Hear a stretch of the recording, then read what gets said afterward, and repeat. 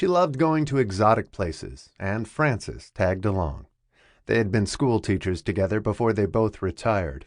Grandma Lou, as they called her, had taken each of her grandchildren on an adventure trip when they turned 21.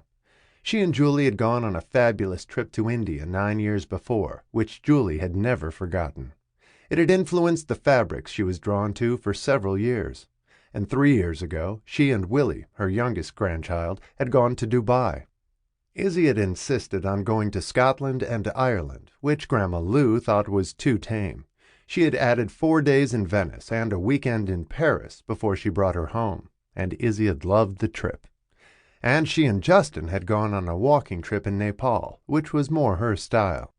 She had been an important person for them ever since they'd been born, adding spice and adventure to their lives on a weekend trip to Quebec, a tour of the battlefields of the South, and visits to Yellowstone National Park and the Grand Canyon when they were small. She brought them interesting books and told them tales of her own trips to Africa and Asia. She was always open to learning new things, and had recently started taking Mandarin lessons in preparation for a trip she was planning to Beijing in a year. It was hard to keep up with her. "I think she's going to Australia this summer on some kind of museum tour. She's already planning a trip to China next summer. She's taking Mandarin lessons to get ready for it. And she's going to Argentina after Christmas." She already spoke Spanish. Kate's mother was an exciting person to have in their lives, and at the same time, a solid, stable one.